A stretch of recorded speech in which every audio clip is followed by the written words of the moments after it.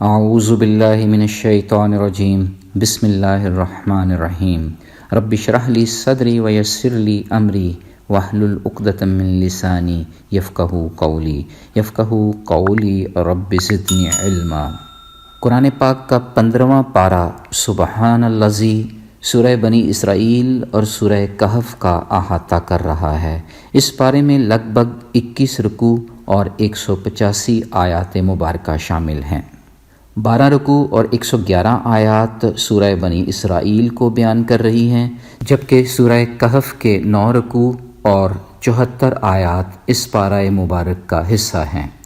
میں نے اس پارے کو ایک منفرد نام دینے کی جسارت کی ہے، ڈیوائن انویٹیشن، یعنی ربانی دعوت۔ اللہ رب العزت کی خصوصی دعوت پر خاتم النبیین محمد مصطفیٰ صلی اللہ علیہ وآلہ وسلم معراج کے سفر پر روانہ ہوتے ہیں اور سدرۃ المنتہا سے بھی آگے عرش معلیٰ پر اللہ سے ملاقات ہوتی ہے۔ یوں نماز اور شفاعت کا تحفہ ملتا ہے۔ پارے کا پہلا رکوع واضح کر رہا ہے کہ ایک ہی رات میں الاسریٰ یعنی مسجد حرام سے مسجد اقصیٰ کا سفر ہے، جہاں رب تعالیٰ نے برکات نازل کی ہوئی ہیں۔ پھر اسی رکوع میں حضرت موسیٰ علیہ السلام کو بنی اسرائیل کی ہدایت کے لیے تورات دیے جانے کا ذکر ہے۔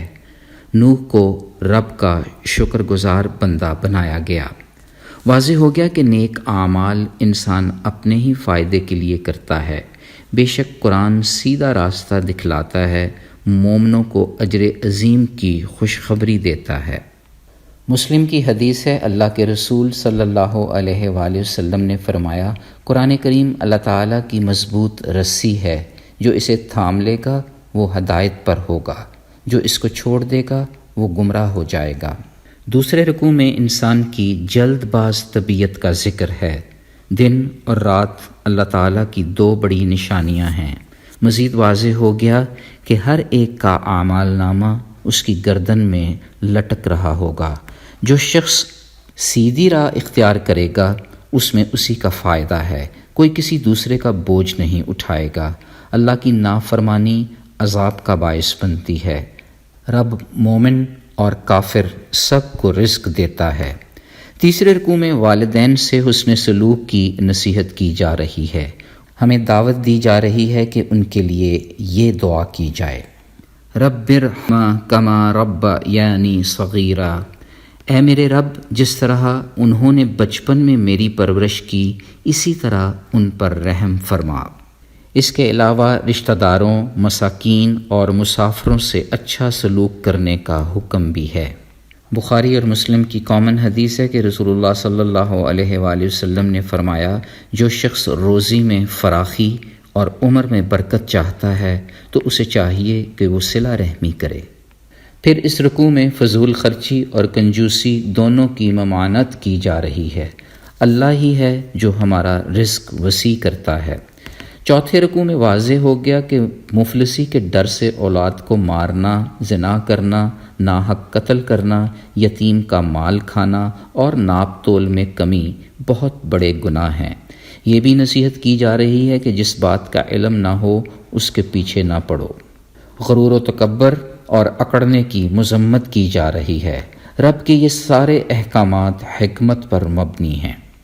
پانچویں رکوع میں یہ راز بھی کھل گیا کہ کائنات کی ہر چیز اللہ رب العزت کی تسبیح بیان کرتی ہے۔ رسول اللہ صلی اللہ علیہ وآلہ وسلم نے فرمایا، چیونٹیاں اللہ کی تسبیح کرتی ہیں۔ عبداللہ بن مسعود رضی اللہ تعالیٰ عنہ کہتے ہیں کہ ہم کھانا کھاتے وقت کھانے کی تسبیح سنا کرتے تھے۔ پھر موت کے بعد انسان کے زندہ ہونے کا بیان بھی اسی رکوع میں ہے۔ چھٹے رکوع میں آداب گفتگو پیش کیے جا رہے ہیں۔ اچھی اور بہترین بات کرنے کا حکم ہے۔ شیطان سے بچ کر رہا جائے، وہ انسان کا کھلا دشمن ہے۔ ساتویں رکوع میں شیطان کے پیچھے لگنے والوں کا انجام دکھایا جا رہا ہے۔ رب کا ایک مان بھرا وعدہ بھی سامنے آ گیا کہ میرے مخلص بندوں پر شیطان کا کوئی زور نہیں چلے گا۔ اللہ نے ہمارے لیے پاکیزہ رزق کا بندوبست کیا ہوا ہے۔ 8ویں رکوع کے مطابق روز قیامت تمام لوگوں کو ان کے نامہ اعمال کے ساتھ بلایا جائے گا۔ دنیا کا گمراہ آخرت میں بھی گمراہ ہی ہوگا۔ 9واں رکوع نماز کا حکم دیتا ہے۔ فجر کے وقت قرآن پڑھنے سے فرشتوں کی حاضری ہوتی ہے۔ تہجد کی نماز پڑھنے پر رب مقام محمود تک پہنچاتا ہے۔ یوں قرآن کریم ہمارے لیے ایک قسم کی ربانی دعوت ہے، ہمارے لیے باعث شفا اور بھرپور رحمت ہے۔ 10واں پارہ روح کو رب کے حکم کی روشنی میں سمجھاتا ہے۔ اس سے متعلق ہمیں کم ہی علم دیا گیا ہے۔ قرآن کریم کی سپریم اتھارٹی بھی اسٹیبلش ہو رہی ہے، جسے مختلف مثالیں دے کر پیش کیا گیا ہے۔ 11ویں رکوع میں رسول پاک صلی اللہ علیہ وآلہ وسلم کے بشر ہونے کی توجیہ پیش کی جا رہی ہے۔ ہدایت اللہ ہی کی طرف سے ملتی ہے۔ انسان تنگ نظر اور کنجوس واقع ہوا ہے۔ 12ویں رکوع میں حضرت موسیٰ علیہ السلام کے معجزات کا بیان ہے، جس میں عصائے موسیٰ، چمکتا ہوا ہار، بڑے بڑے جادوگروں کو شکست، طوفان، خون وغیرہ شامل ہیں۔ فرعون اور اس کے لشکر کی تباہی کا ذکر بھی ہے۔ مزید واضح ہوا کہ قرآن کا نزول تھوڑا تھوڑا کر کے ہوا۔ اہل علم چہروں کے بل بوتے میں سجدہ میں گرتے ہیں۔ قرآن ان کے خضوع و خشوع کو مزید بڑھاتا ہے۔ اللہ تعالیٰ کو ہماری نہیں بلکہ ہمیں اس کی مدد کی ضرورت ہے۔ پارے کے 13ویں رکوع سے سورہ کہف کا آغاز ہو رہا ہے۔ صحیح مسلم کی حدیث ہے کہ اس سورت کی ابتدائی 10 آیات کی بہت فضیلت ہے۔ جو شخص سورہ کہف کی ابتدائی 10 آیات یاد کرے اور پڑھے وہ فتنہ دجال سے محفوظ رہے گا۔ اس رکوع میں قرآن کریم فرقان حمید کی خوبیاں بیان کی جا رہی ہیں۔ دنیا کے فنا اور فانی ہونے کی طرف توجہ دلائی جا رہی ہے۔ اصحاب کہف کا غار میں پناہ لینا اسی رکوع کا حصہ ہے۔ انہوں نے غار میں یہ دعا مانگی: ربنا آتنا من لدنک رحمتا وہیئ لنا من امرنا رشدا۔ اے ہمارے رب، ہمیں اپنی خاص رحمت عطا فرما اور ہمارے کام میں بھلائی کو ہمارے لیے آسان بنا دے۔ پھر 14ویں رکوع میں اس دعا کی قبولیت کا تذکرہ ہے۔ 15ویں رکوع میں واضح کیا جا رہا ہے کہ اصحاب کہف رحمت الہی کی آغوش میں غار میں 309 سال رہے۔ 16ویں رکوع میں انشاءاللہ کہنے کی ترغیب دی جا رہی ہے۔ ہر کام کے ارادے پر انشاءاللہ کہا جانا احسن ہے۔ اس رکوع میں نیک لوگوں کی صحبت اختیار کرنے کی تعلیم بھی دی جا رہی ہے۔ پھر دین اسلام پر ایمان لانے والوں کے لیے بہترین انعام کا ذکر ہے۔ 17واں رکوع مالدار کافر اور غریب مومن کا موازنہ کر رہا ہے۔ مومن کسی کے ساتھ شریک نہیں ٹھہراتا، مکمل اختیار صرف رب کو ہی ہے۔ وہی بہتر بدلہ دینے والا، اچھا انجام دکھلانے والا ہے۔ 18ویں رکوع میں یہ بات واضح ہو گئی کہ نیک اعمال ہی باقی رہنے والے ہیں۔ شیطان کی ہٹ درمی کا بیان 19ویں رکوع میں ہے۔ اللہ رب العزت کی وحدانیت کی دلیل بھی دی جا رہی ہے۔ 20ویں رکوع میں یہ سمجھایا جا رہا ہے کہ قرآن میں دعوت ربانی کی صورت انسان کی ہدایت کی بہت سی مثالیں موجود ہیں۔ اللہ کی وسیع رحمت کا بیان ہے۔ 21واں رکوع حضرت موسیٰ علیہ السلام کا علم حاصل کرنے کے لیے سفر کی روداد پیش کر رہا ہے۔ آپ نے حضرت خضر سے علم سیکھنے کی درخواست کی مگر صبر نہ کر پائے۔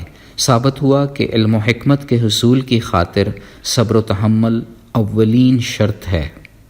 اگلے رکوع کی 4 آیات اس پارے کا اختتام کر رہی ہیں۔ خضر کا کشتی کو عیبدار کرنا اور ایک بچے کو قتل کرنا موسیٰ علیہ السلام کی حکمت سے بالا تر تھا، اسی لیے بے صبری سے کام لیا۔ اس پارہ مبارک کا خلاصہ یہ ہے کہ اللہ تعالیٰ اپنے پاک کلام کے توسط سے انسان کو راہ ہدایت کی طرف دعوت دے رہے ہیں۔ سب سے بڑھ کر یہ کہ اپنے پیارے حبیب محمد مصطفیٰ صلی اللہ علیہ وآلہ وسلم کو عرش معلیٰ میں مدعو کر کے خاص راز و نیاز کی باتیں کرتے ہیں۔ دعوت حق ہر جاندار کو ہے جو اللہ کی تسبیح بیان کرتے ہیں جو ہمیں سمجھ نہیں آتی۔ پھر اس پارہ میں والدین اور رشتہ داروں سے حسن سلوک کا تحفہ بھی مل رہا ہے، شیطان سے کنارہ کشی اختیار کرنے کی نصیحت بھی ہو رہی ہے۔ روح امر ربی ہے جس کا بہت تھوڑا ہی علم دیا گیا ہے۔ اہل علم روتے ہیں، سجدہ میں گرتے ہیں، قرآن کی دعوت قبول کرنے سے ہمارے خضوع و خشوع میں اضافہ ہوتا ہے۔ پھر اصحاب کہف کا واقعہ ہمیں رب کی قدرت پر کامل یقین کی طرف لے جاتا ہے۔ سب سے بڑا سبق یہ حاصل ہوا کہ صبر و تحمل کے بغیر علم و حکمت کی راہیں کھلتی نہیں۔ دعا ہے کہ اللہ تعالی ہمیں ربانی دعوت کی منطق سمجھنے کی توفیق عطا کرے۔ رب ہمیں تنگ نظری اور کنجوسی سے بچائے، والدین سے حسن سلوک اور اہل خانہ سے صلہ رحمی کی توفیق عطا فرمائے۔ اے اللہ، ہماری روح میں ایسی لطافت عطا فرما کہ ہم زمین کے فیصلے آسمانوں سے کریں۔ یا اللہ، ہمارے ارادے کو انشاءاللہ سے نتھی کر دے، ہم ہر کام انشاءاللہ سے کریں۔ یا ارحم الراحمین، ہم تیری ربانی دعوت کو زندگی کے ہر موڑ پر قبول کریں، صبر و تحمل سے علم و حکمت کا سفر جاری رکھیں۔ آمین یا رب العالمین۔ سبحان ربک رب العزت عما یصفون وسلام علی المرسلین والحمد للہ رب العالمین۔ فی امان اللہ، اللہ حافظ۔